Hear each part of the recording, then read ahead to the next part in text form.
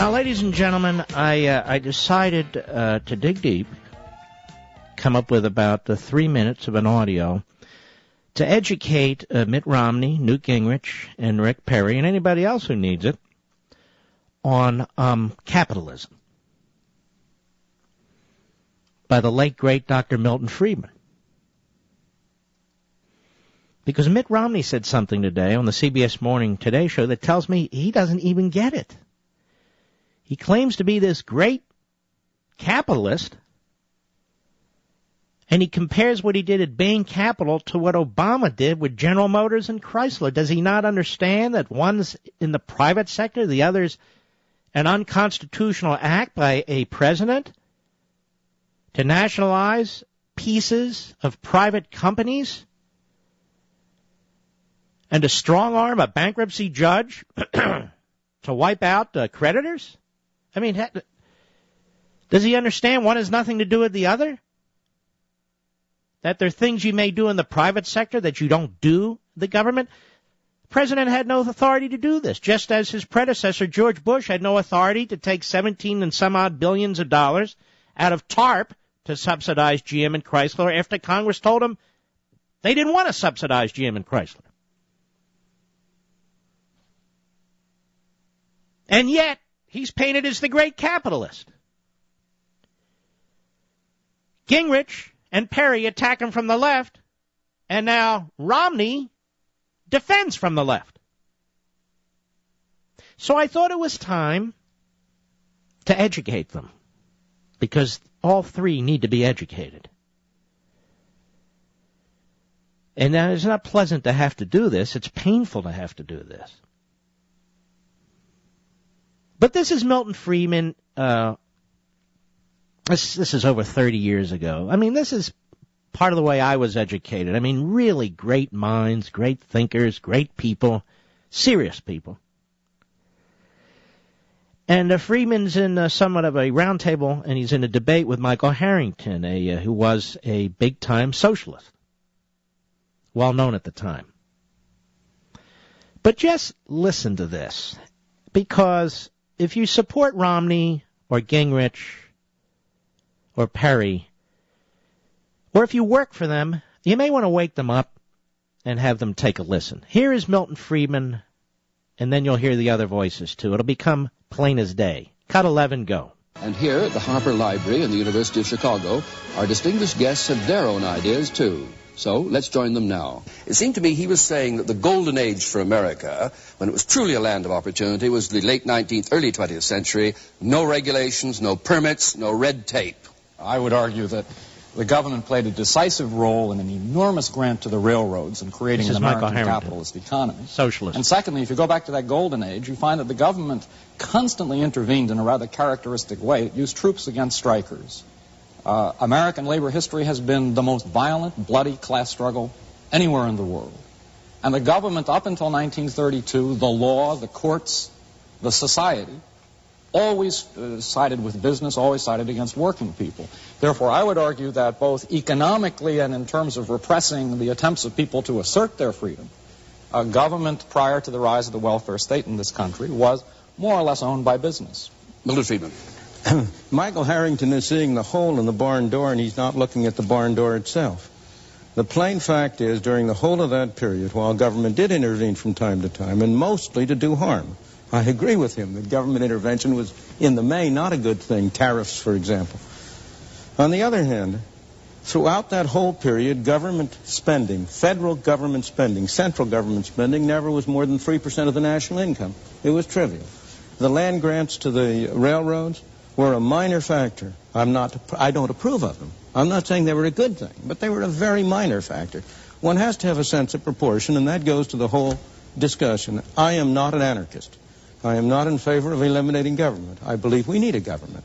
But we need a government that sets a framework and rules within which individuals, pursuing their own objectives, can work together and cooperate together. And they work together and cooperate together not only in economic areas. Well, what's your... Michael Harrington? I just think that two things. One, to view freedom positively, I think people over 65 years of age in the United States today are freer now because of Medicare. I do not think that the freedom to die from the lack of medicine was a very good thing. Secondly, related to industrialists, I think that one of the startling things about American history is that when Franklin Roosevelt was saving the system from itself, the main beneficiaries were screaming bloody murder at him for being a traitor to his class, when he was in fact the salvation of that class. And I think if you look at our history, I do think you find a tremendous myopia on the part of industrialists, and you find that the positive increments to our freedom, interestingly enough, have not come from the college graduates, but often from people with, not from the best people. It's come from working people. It's come from poor people. It's come from blacks and Hispanics and the like. Milton, would you reply, but then tell us why you took us to Hong Kong to prove something? Sure. Unaccustomed as I am to agreeing with Michael Harrington, I will agree in part with what he's just said. I do not believe it's proper to put the situation in terms of industrialists versus government. On the contrary, one of the reasons why I am in favor of less government is because when you have more government, industrialists take it over. Stop. Did you hear that? This goes on for a long time, and I don't have time to go on for a long time with this, plus people will get pissed off for whom I work. Putting that aside, did you hear what he said? The industrialists take over the government or parts of the government, which goes to the phrase crony capitalism that I write about in Liberty and Tyranny, and that my good friend Sarah Palin has been talking about as well to anyone who will listen to her, because this is something near and dear to her heart and mine. Crony capitalism. Government gets big. It picks winners and losers. It gets in bed with certain industries. It tries to kill certain industries and tries to create other industries and featherbeds yet others. The solar industry. In relative statistical terms, it's irrelevant in this country. So Obama tries to create it. And what does he do? Takes your hard-earned tax dollars and gives it to these phony operations. And I can go on and on. Those spaghetti, mercury-filled light bulbs, it wasn't just nut-job environmentalists and moderate Republicans who pushed for this during the Bush administration. It was big companies that make light bulbs that were pushing for it to put its competitors out of business and to sell the more expensive spaghetti light bulbs. And I could go on and on. Now, why am I saying all of this to you? Because Mr. Capitalist, Mr. CEO at Bain Capital, and I have not criticized him for Bain Capital, although there's nothing wrong at looking at it and making decisions, but I would never attack capitalism as a way of attacking Romney. That's absurd. Any more than I would attack freedom as a way of attacking Obama. But this is Mitt Romney on the CBS morning show that nobody watches, including me. But I saw a reference to an audio on this morning, and I played it, and I said, wait a minute. I assume that all the people who were trashing Gingrich for his comments, and rightly so, about capitalism, and trashing Perry about his vulture capitalism comments, and rightly so, because they weren't specific enough about what it was they were complaining about, are now going to trash Romney for this. First Charlie Rose, and now Romney. Cut one, go.